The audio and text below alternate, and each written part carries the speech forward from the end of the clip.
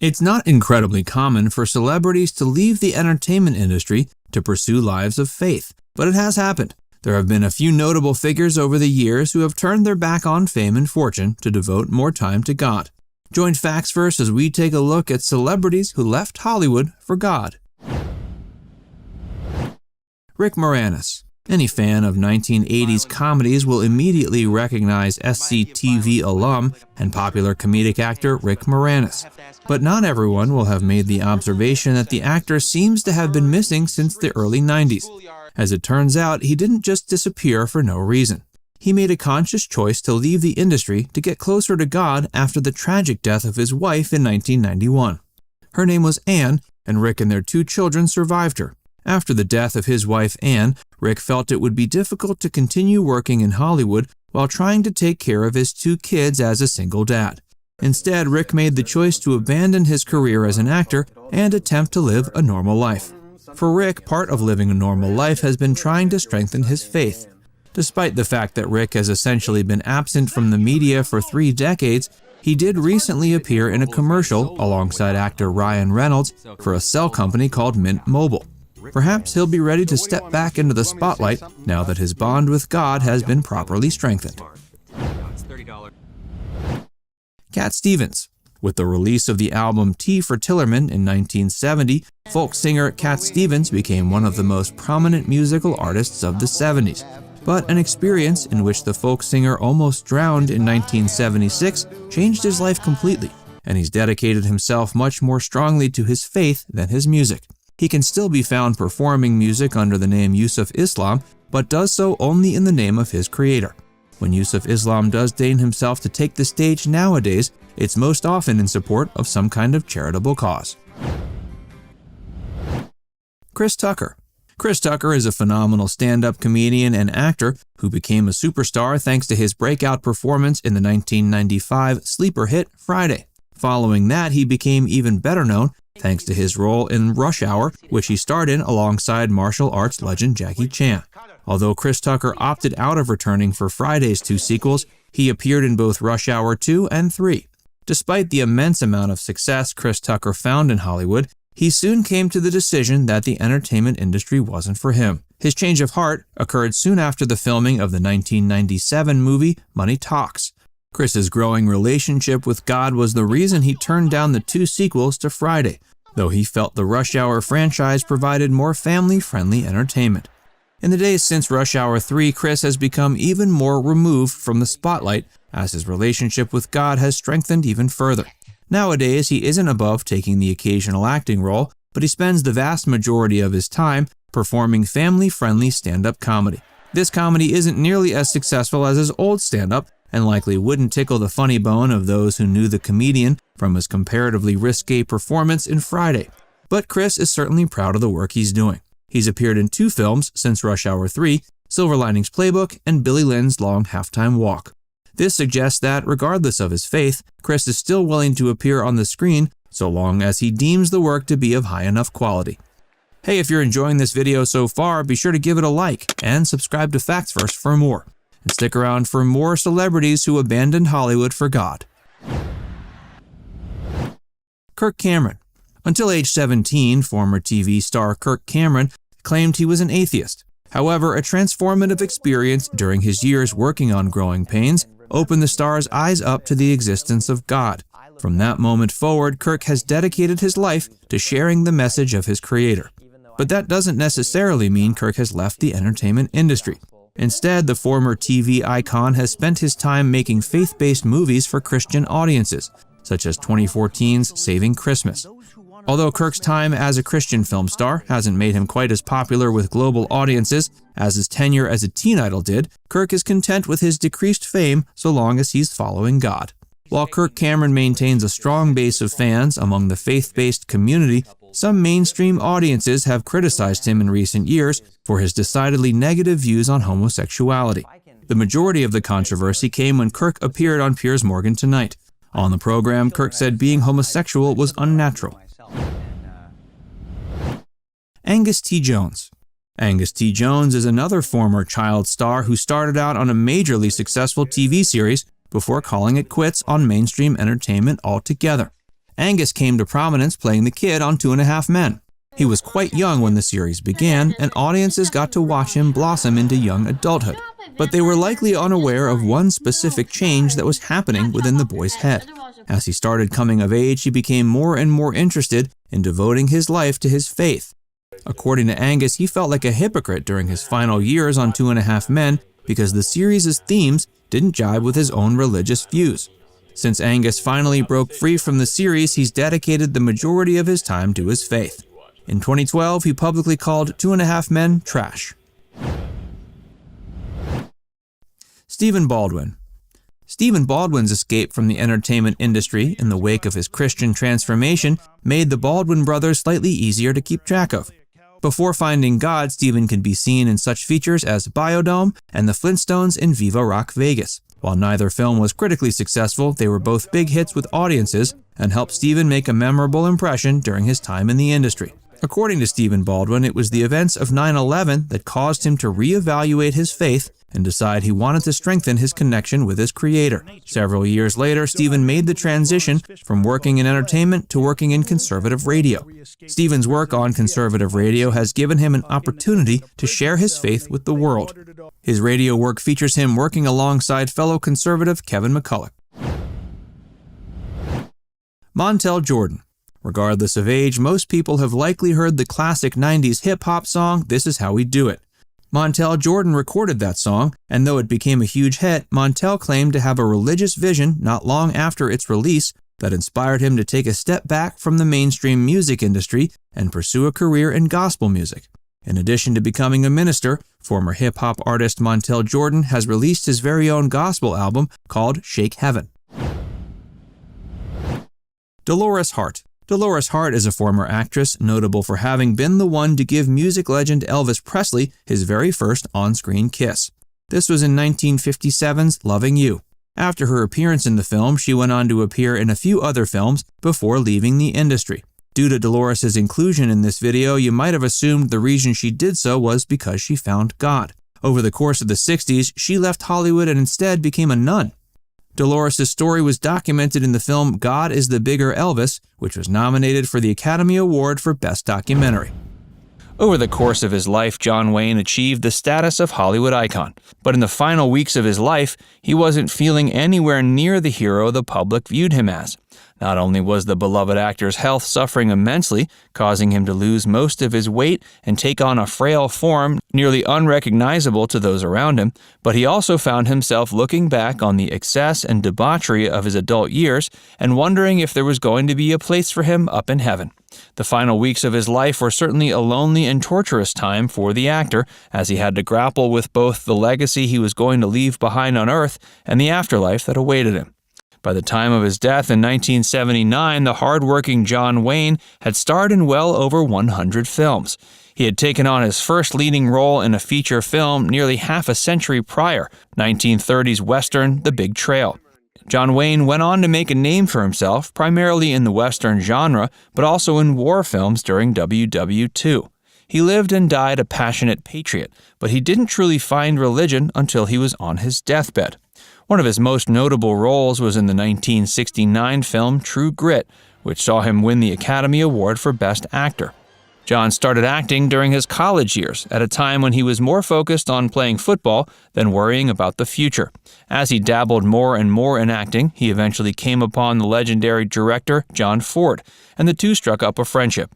It was Ford who gave John Wayne his entrance into the Hollywood big leagues, with the former directing some of the latter's most successful performances over the course of his career. The two Johns remained great friends through their lives. While everyone knows John Wayne was a popular actor, few people know of his religious upbringing. He was raised in a Scotch-Irish family that subscribed to the Presbyterian faith. Because of this, he was raised to revere the word of the Bible and believe in God. But it appears those values weren't instilled strongly enough in the young boy, as he grew up to leave them behind and indulge in a life of excess in Hollywood. After John Wayne became a big star, he found the temptations of Hollywood were far too much for his childhood Presbyterian faith. While John was no monster, he certainly wasn't the epitome of a faithful man.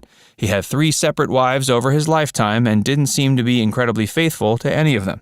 Besides those 3 wives, he took advantage of his Hollywood fame by taking on a variety of casual lovers, both inside and outside of his marriages. Maureen O'Hara and Marlene Dietrich are just a couple of the famous lovers John had. John was equally excessive when it came to his consumption of food, alcohol, and tobacco. He was rumored to have drunk a full bottle of alcohol before a meal and another one afterward, and could often be found chain-smoking cigarettes. While these 2 habits would have been bad enough in their own right, the meals John was eating weren't incredibly healthy either.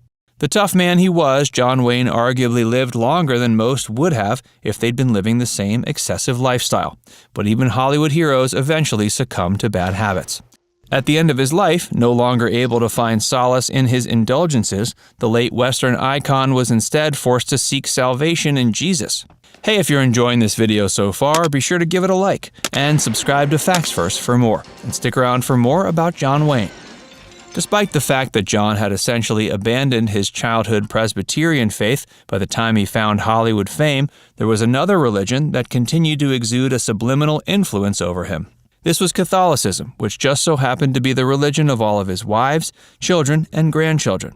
Catholicism was also the religion of one of John Wayne's oldest friends, John Ford. Catholicism may have been everywhere around John Wayne, but that doesn't mean he took all of its messages to heart. But the pervasive faith seems to have struck a chord with him in some way because he decided to become baptized in the religion on his deathbed. By the mid-70s, John Wayne wasn't doing particularly well. The actor's final film was 1976's The Shootist, which John had infamously had a fairly hard time trying to film.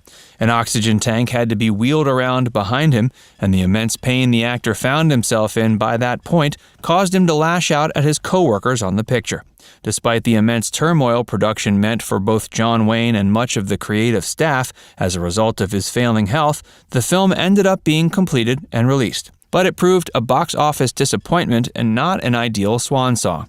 In 1978, John was forced to undergo heart surgery amidst an increasingly tumultuous battle with cancer. He had been diagnosed in 1965, and he finally succumbed to the disease in 1979. While John was on his deathbed, he made the decision he wanted to be baptized officially into Catholicism. Many have suggested this change of heart came from a letter written to John by the daughter of televangelist Robert Schuller. Wayne and Schuller were close friends, and it stands to reason the two would have been in contact around the time. But many question the validity of the story, given some details. If the rumors are to be believed, John Wayne found out that Robert Schuller's daughter had broken her leg, so he sent her a letter telling her to get well soon. When Schuller's daughter received the letter, she supposedly wrote John in return, saying he didn't need to worry about her as Jesus was already taking care of her. Supposedly, this letter touched John's heart so much, he immediately became saved and scheduled his baptism. Though this story is certainly potent, there are time discrepancies and other details that have caused many to believe that Robert Schuller's daughter may not have been directly responsible for changing John Wayne's heart. Still, John and Robert were close, and Robert's daughter did have her leg broken around the time this was all supposed to have happened. While John may have given Robert's daughter his well wishes and been touched by her story and positivity, it seems his decision to be baptized came from a more internal place.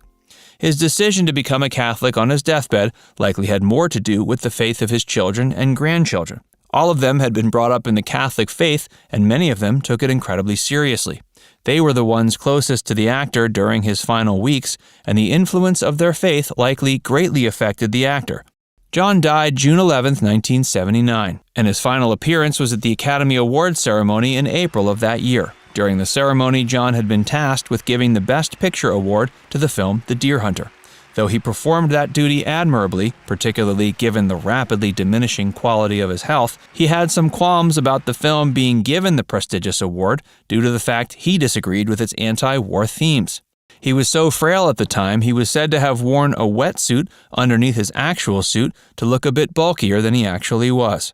The immense heat of this getup likely contributed to John collapsing after the show. Kevin David Sorbo was born in Mound, Minnesota on September 24, 1958. He is of Norwegian descent and was raised in the Lutheran faith. Growing up, his faith and time in the church was important to him. It's something he's carried with him into adulthood. Upon graduating high school, he pursued a degree in advertising and marketing from Minnesota State University, Moorhead. He needed to find a way to pay his tuition and his bills.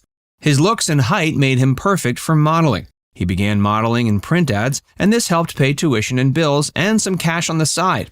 He soon began getting work in television ads, and this is what made him decide he wanted to become an actor. Kevin Sorbo's career.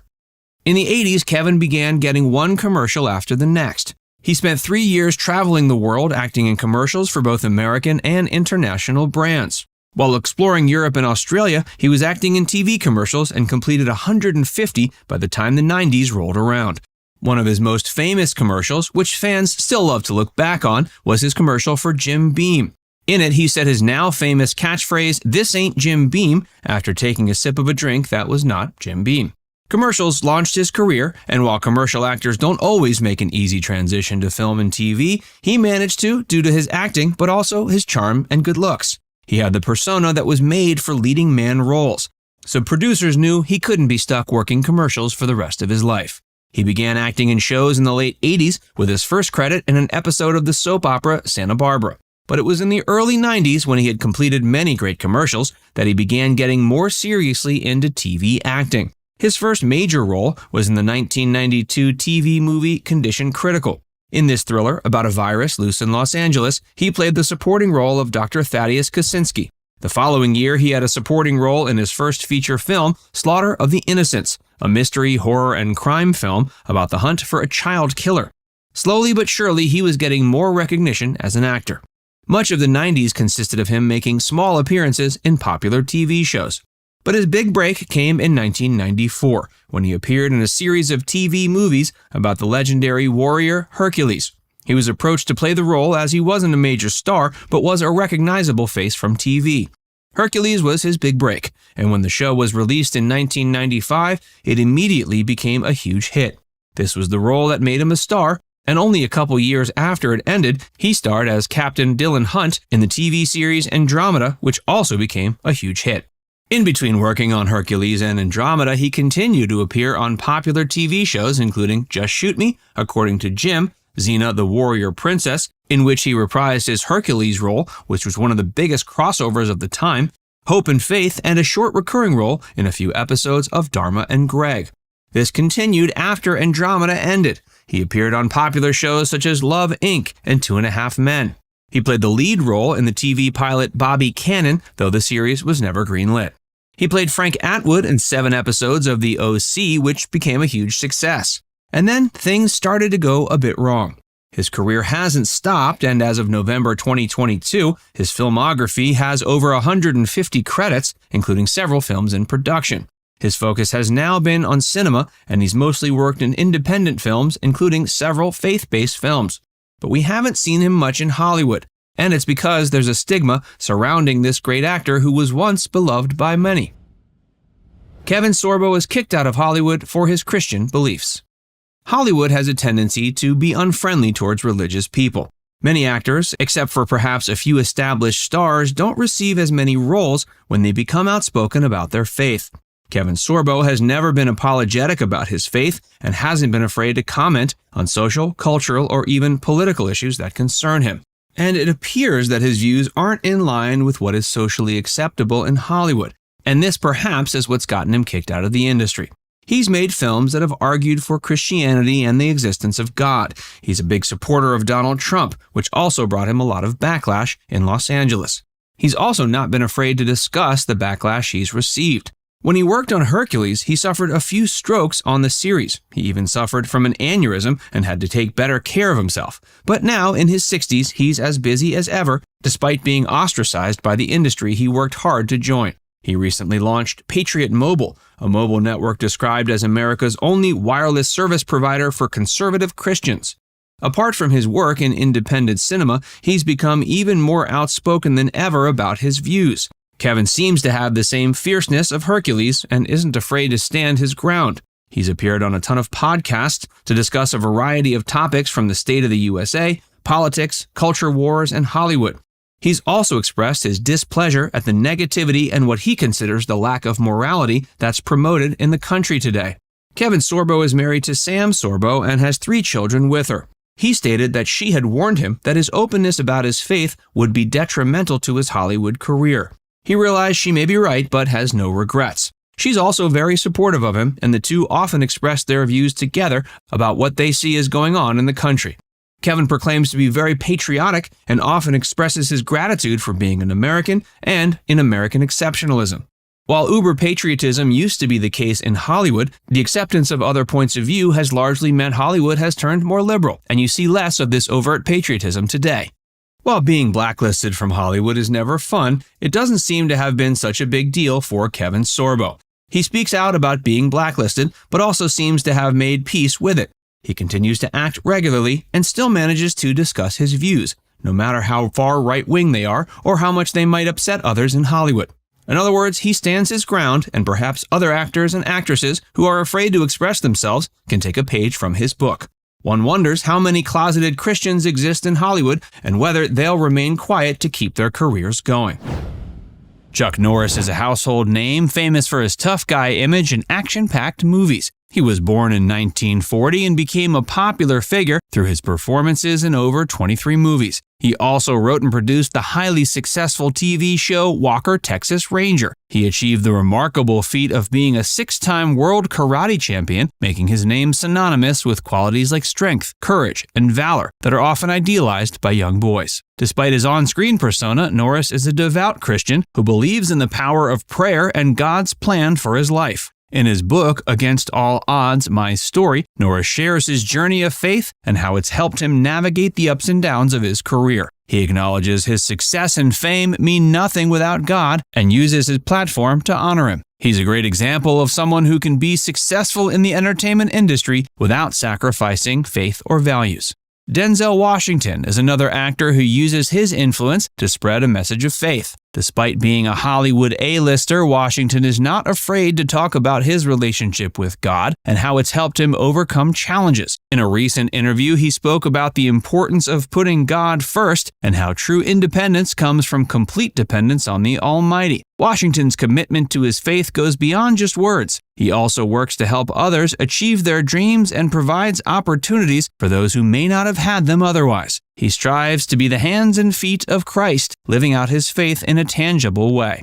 Chris Pratt is another well-known celebrity who proudly shares his Christian faith with the world. He's recognized for his acting in popular films like Guardians of the Galaxy and Jurassic World, but his relationship with God is just as significant to him. He's spoken openly about his faith on various occasions, including during the 2017 Teen Choice Awards, where he thanked the Lord for his success. According to reports, Pratt's values are deeply rooted in the teachings of the Bible, and he tries to live life in accordance with them. Despite being in the entertainment industry, which can be challenging for Christians, Pratt has remained focused on his faith and his relationship with Jesus. He's aware of the criticisms leveled against him because of the church he attends, which is allegedly anti-LGBTQ. But he made it clear his love extends to everyone, and he's not defined by a church. He stated he's not defined by any particular church or group of people, but rather his values. He believes the world needs less hate and more love, and everyone is entitled to love whomever they want without being judged by others.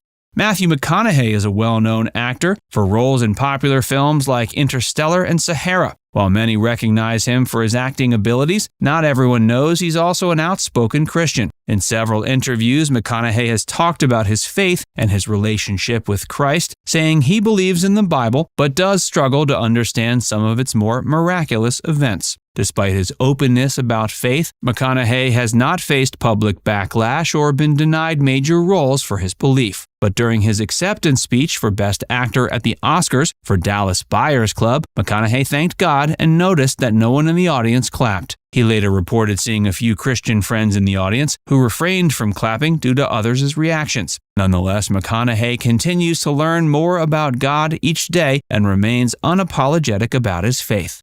Jane Fonda, known for her role in the TV series Grace and Frankie, has shared her journey with Christianity in a blog post on her website. In her post, she expressed her belief that God is within her, and she's often felt a presence guiding her for years. She's often been questioned about her faith, and that led her to hold a conversation with herself on the topic. She revealed she became a Christian after the end of her marriage to Ted Turner. She added that for several years leading up to her conversion, she'd been experiencing a feeling of being led and that she felt a presence of reverence that was difficult to explain in words. Her post shows how her spiritual journey has led her to a greater sense of wholeness and connection with God. Carrie Underwood, the famous country singer, has always been open about her deep connection with God and has shared her faith in her music and interviews. Recently, she spoke about a personal and painful experience she had with a miscarriage and how her faith helped her overcome it. She explained that after the loss, she was able to open up to God and share her feelings. A few days later, when she went to the doctor for a checkup, she was surprised to learn everything was okay. Actress Jennifer Garner revealed on Good Morning Texas that although she used to attend church every Sunday as a child, she lost touch with the practice as an adult. But her role in the religious movie Miracles from Heaven played a pivotal role in reconnecting her with her faith. In a candid interview, Garner shared how the movie helped her to rediscover her love for the church and the importance of instilling that same reverence in her children. She explained how the experience of working on the film, coupled with conversations with her kids, made her realize the importance of having a regular church routine. As a result, she and her family started attending their local Methodist church every Sunday, which she described as a sweet and meaningful experience. Selena Gomez is one of the celebrities who's been vocal about their Christian faith. She regularly attends Hillsong Church and has been open about her struggles with fame. In 2017, the former Disney star spoke about the pressures she's faced. Again in 2019, she shared her personal encounter with God's love on Twitter. Following the release of her emotional song Lose You to Love Me, she took to social media to express her feelings of being overwhelmed by God's presence. In her tweet, she revealed she had had a conversation with God where he reassured her he would never abandon her and would always be by her side. Mark Wahlberg is a devout Catholic, and he spoke about how his faith helps him navigate his career in Hollywood in an interview with Relevant magazine. He emphasized that he has the freedom to live his personal and spiritual life on his own terms as long as he fulfills his professional obligations. Wahlberg also shared that he starts his day with a devotional and dedicates at least 15 minutes to prayer. His prayers cover a range of topics, including his family, less fortunate individuals, and responsibilities as a husband and father. He recognizes that his faith and family are his top priorities, which allows him to be successful in his professional endeavors. But he emphasizes that success in his service to the community, the church, and his family is the most significant achievement of all. Thomas Rhett is a rising star in the country music scene and a prime example of an artist who uses his music to spread a positive message. Raised in a Christian family, Rhett has always prioritized his relationship with God, and he credits his faith for his success. His wife's book, Live in Love, chronicles their journey of faith, adoption, and the struggles they faced along the way. Rhett uses his music and social media presence to promote a message of hope, positivity, and authenticity. He's a great role model for young people looking to navigate the entertainment industry while remaining true to their faith. Kelsey Grammer, the actor who portrayed the iconic character of Dr. Frasier Crane on Frasier, has been open about how religion has influenced his life and career. He shared in an interview with Fox News that he was brought up in a strict Christian household that instilled in him strong values of faith and morality. Despite facing challenges, including the tragic loss of family members, Grammer believes his faith has helped him overcome adversity and stay grounded. He often plays characters struggling with their faith or grappling with moral dilemmas. He believes his faith has given him a unique perspective that he brings to his acting roles, including his portrayal of ruthless politician Tom Kane in Boss. Kelsey Grammer. Kelsey became famous for his role on Cheers and then Frasier. He was also infamous for a battle with drugs and alcohol. It was his faith that helped him overcome those struggles. He said he had a, quote, very spiritual youth, but then had to overcome a couple of really big tragedies. His parents divorced when he was 2, and he and his younger sister Karen were raised by their mother and grandfather. They were introduced to faith, but it was shaken by a string of terrible losses. He was only 12 when his 63-year-old grandfather died of cancer. His biological father was shot to death during a home invasion, and the murderer got off scot-free. He faced that tragedy when he was only 14. His sister Karen was raped and murdered in 1975, and 2 of his half-brothers died a few years later. These events made him question everything. He continued to believe in something bigger than himself, but there was a period where he abandoned the effort to find a reason to be alive. Becoming famous wasn't the answer to easing his pain. He always wanted to be an actor and was finally able to do what he loved. The money he earned from it became the problem.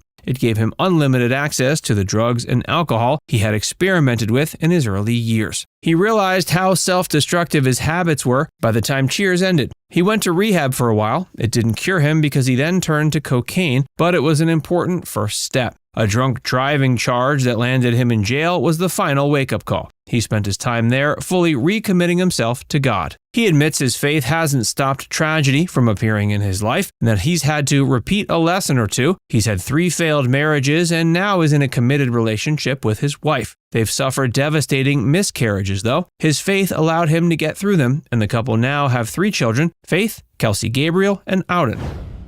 Tony Orlando.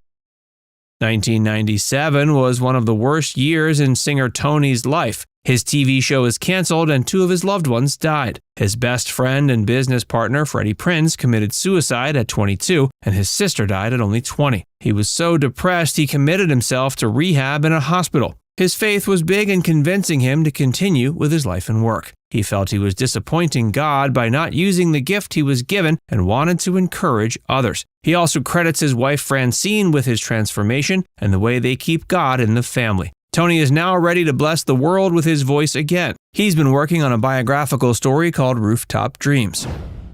Luke Bryan. Luke is a successful country star with millions of album sales and over a dozen top Billboard singles. His wife Caroline says his fun-loving persona isn't an act, but that's not because of his success, but despite it. He's dealt with more tragedy than most celebrities. He lost his brother Chris in a car accident 20 years ago and his sister Kelly 10 years later. Another loss came in 2014. His brother-in-law Ben died suddenly, leaving Luke's 3 nieces and nephews without caretakers. He and Caroline never thought twice about taking them in. She also lost her own niece, Sadie Brett, in 2017 when she was only 7 months old. Luke says his faith allows him to go through the ebbs and flows of life. They have periods where they get angry at God, wondering why he lets the tragedies they've experienced happen. He keeps on going, despite it all, and can appreciate every day. He focuses on the blessings instead of the trials, such as enjoying life and music with his family. He also believes that the people they've lost are looking down on them. Jennifer Hudson. Jennifer lost 3 loved ones at once. Her sister's estranged husband, William Balfour, shot her mother, brother, and nephew in a fit of rage. She used her faith to make something positive out of the experience in a powerful way. She never trusted William, and seeing him in the courtroom during his trial was unbearable. Looking at the words of a hymn called Peace Be Still helped her get through it. Jennifer showed mercy and forgave William. She holds him accountable for his actions, but believes his upbringing and the lack of love he received contributed to it. She also created the Julian D. King Gift Foundation in honor of the ones she lost. Martin Sheen. Martin has been an acclaimed actor for generations, best known for his role as the president on West Wing. He also struggled through years of alcoholism. His drinking got out of control during the notoriously disastrous filming of Apocalypse Now. The grueling schedule drained him, and he needed a way to relax at the end of the day. Martin says he got sober through Catholicism and his faith. He also participated in Alcoholics Anonymous, a treatment program with a religious base. He knows that faith is personal and everyone's journey will be different, but it's helped him keep sober for more than 20 years. Anthony Hopkins. Anthony has starred in many well-regarded projects, but is best known for 1991's The Silence of the Lambs. Alcoholism almost ruined his career by forcing him to cancel performances. It even contributed to his divorce. He's not sorry that it happened because it led him to God and to joining AA. He says both factors are the reasons he's remained successful and sober for 41 years. Demi Lovato. Demi has also used faith and help from AA to overcome various addictions and mental health issues. She's bipolar and has an eating disorder. There was a time when she was so deeply addicted to drugs, she said she, quote, couldn't go 30 minutes to an hour without cocaine. Demi has now been sober for 5 years. She's proud of where she's come from, but admits she couldn't have done it without help from a higher power. She's a professed Christian, but doesn't discuss her faith openly because of the stigma attached to it. Boy George.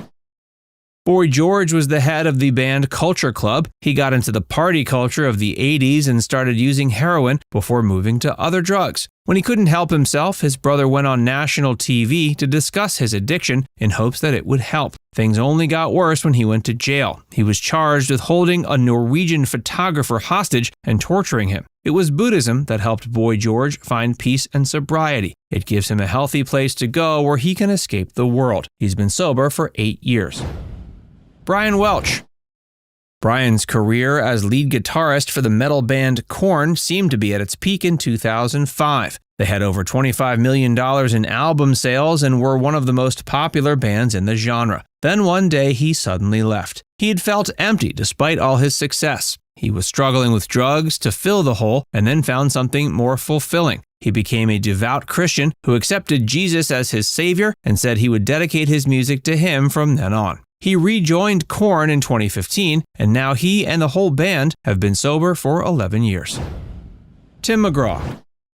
Even the most successful celebrities of all time can get stage fright. Tim began using alcohol and narcotics to cope once he tried acting, and his concert audiences began numbering in the thousands. He initially struggled to accept that he had an addiction. Alcohol was a normal part of the culture where he grew up in Louisiana, so having a few drinks didn't seem so bad. He started looking for help for his family and his health, but his faith in God is what kept him going. He's praised the Lord for helping him stay sober for 8 years. Alec Baldwin. Alec spent his mid-20s addicted to video games, drugs, and alcohol. He even overdosed during that time but survived. He was raised Catholic but didn't consider himself religious at the time. He eventually went to a support group who were like a personification of God for him. He struggles with his addiction still, but has been mostly sober for 32 years. His acting chops speak for themselves.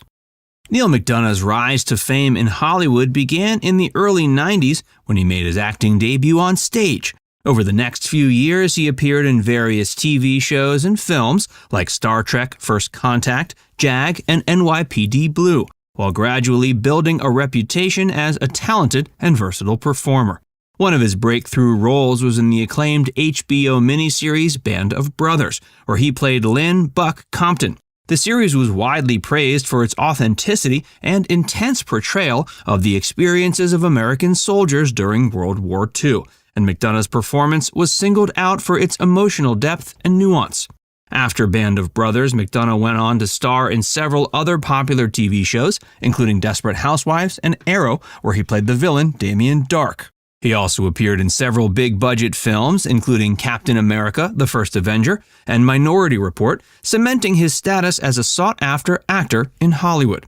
In recent years, McDonough has continued to work in both television and film, showcasing his versatility as an actor and his commitment to his craft. In 2019, he was cast in the role of Malcolm Beck in the critically acclaimed drama series Yellowstone. Since then, he's appeared in offerings such as Altered Carbon, American Horror Story Double Feature, and 911 Lone Star. Despite some controversies over his refusal to play certain roles that he felt were inconsistent with his values, McDonough has remained one of the most recognizable and respected actors in the industry, known for his talent, dedication, and unwavering principles. But let's take a look at how his morals and convictions have made him a pariah of sorts among his Hollywood peers. He's committed to his wife and devoted to God. At 57, McDonough is dedicated to his wife, model Ruve Robertson.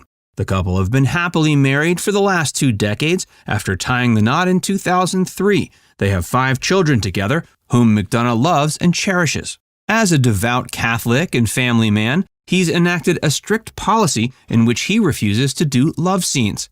That policy cost him a role on the short-lived primetime soap Scoundrels in 2010.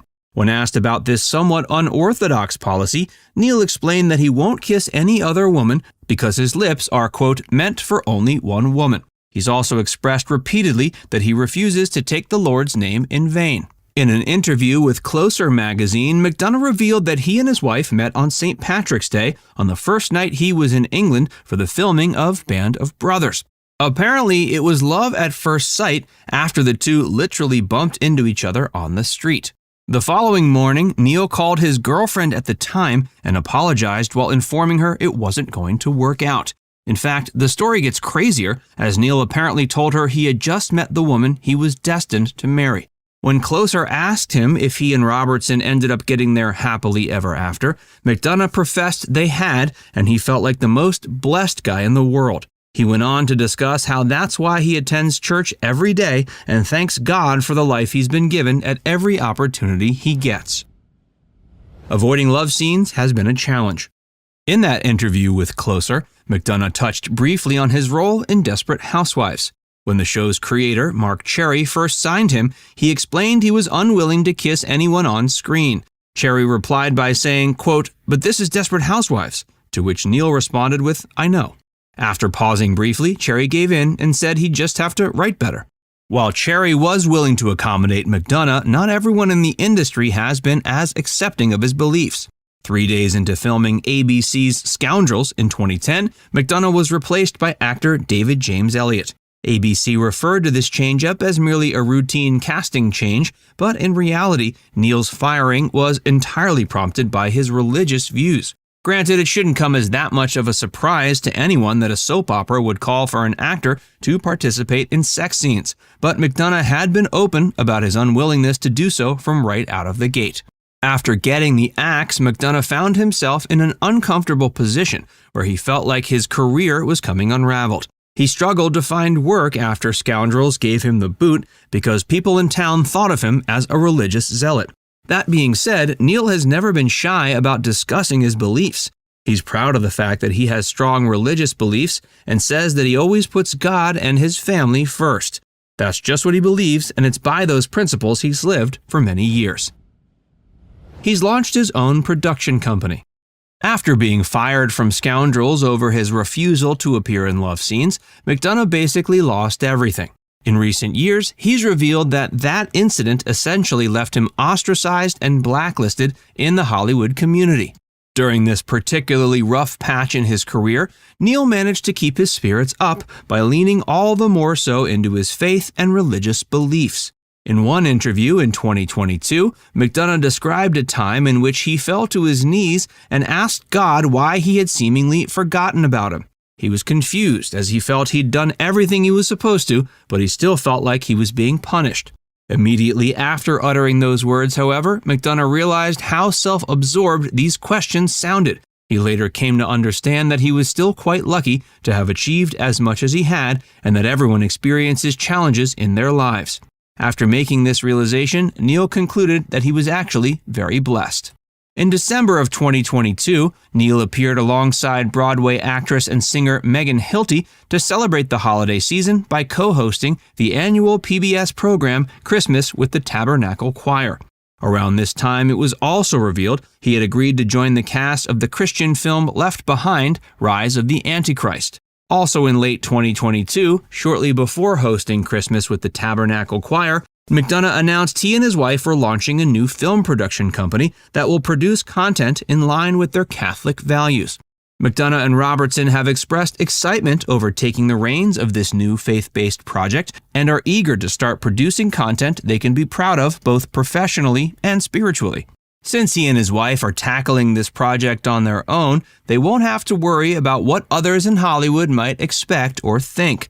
He might have been blacklisted in the past for sticking to his beliefs, but now McDonough can pick and choose precisely what he wants to work on while not deviating from his principles. He and Robertson's aim is to make films, TV series, and reality shows that give glory to God. The McDonough Company has yet to be officially established, but the plans are actively in the works. As time goes on, we'll likely learn more about the production company and what kinds of offerings they'll be producing. Some might scoff at Neal's beliefs. They might even be tempted to declare his acting career over. But since over 2.2 billion people around the globe profess to be Christians, it's clear many will continue to support him in all of his future endeavors. There continues to be a market for Christian films and TV shows. For example, The Passion of the Christ raked in a staggering $370 million, while 2014's Heaven is for Real earned over $91 million worldwide. On the small screen, Christian shows like The Chosen, Sons of Thunder, and Ties That Bind have performed better than anticipated and have likewise received high marks with critics. Regardless of if you're a Christian or not, you have to applaud Neal for staying true to his beliefs and not compromising just to earn a buck. He's remained a respected and recognizable figure in the entertainment industry, known for his talent, dedication, and unwavering principles. John Wayne.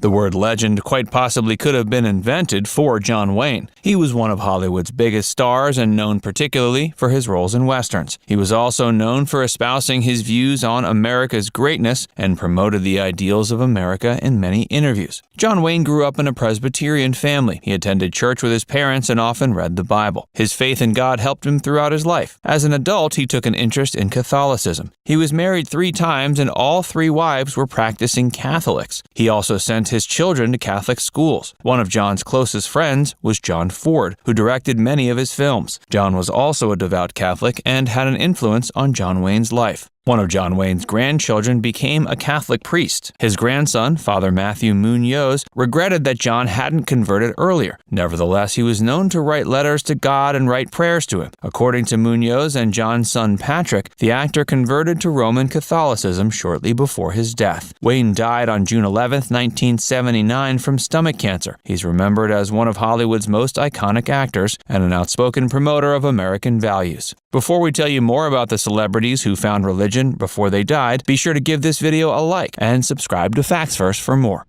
Patricia Neal.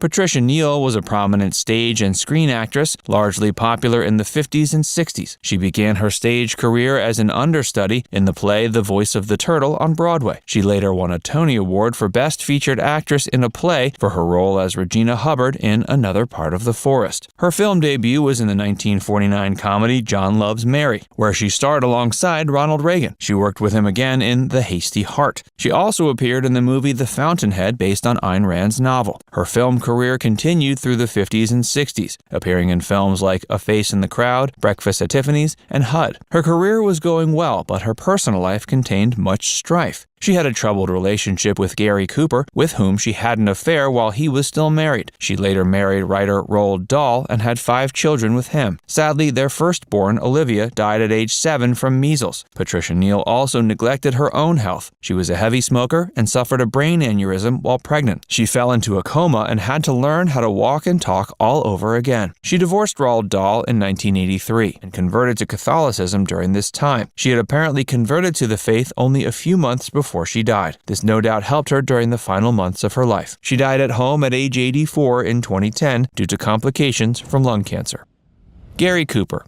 Gary Cooper was another icon of American cinema. One of his earliest film roles was in the 1928 film Wings. He had a short appearance in the film, but this was enough for producers and directors to take notice. His popular films included Mr. Deeds Goes to Town, Meet John Doe, Sergeant York, and High Noon. His favorite genre of films was westerns. He also appeared in the westerns The Virginian, The Plainsman, and The Westerner. He had a great reputation among other Hollywood stars and was thought of as a distinguished gentleman. Gary gave a lot of importance to the spiritual aspects of life. He converted to Catholicism during a troubled time. He was known to have extramarital relationships with other starlets, such as Patricia Neal. He eventually separated from his family due to his affair with the actress. While he was happy with Patricia Neal, his wild lifestyle also took its toll. In the 1950s, while promoting High Noon, he visited Vatican City and met Pope Pius XII. He continued to have affairs with different celebrity actresses and models. This brought him temporary pleasure, but clearly he still felt empty inside. He needed to find something to make his life better. The meeting with the Holy Father made him realize he had to take a spiritual path to deal with the emptiness that often comes with being a celebrity. He began attending church regularly and became a member of the Catholic Church in 1959. Sadly, we lost Gary Cooper in 1961 to prostate and colon cancer. No doubt his faith helped him get through the hard times of his life.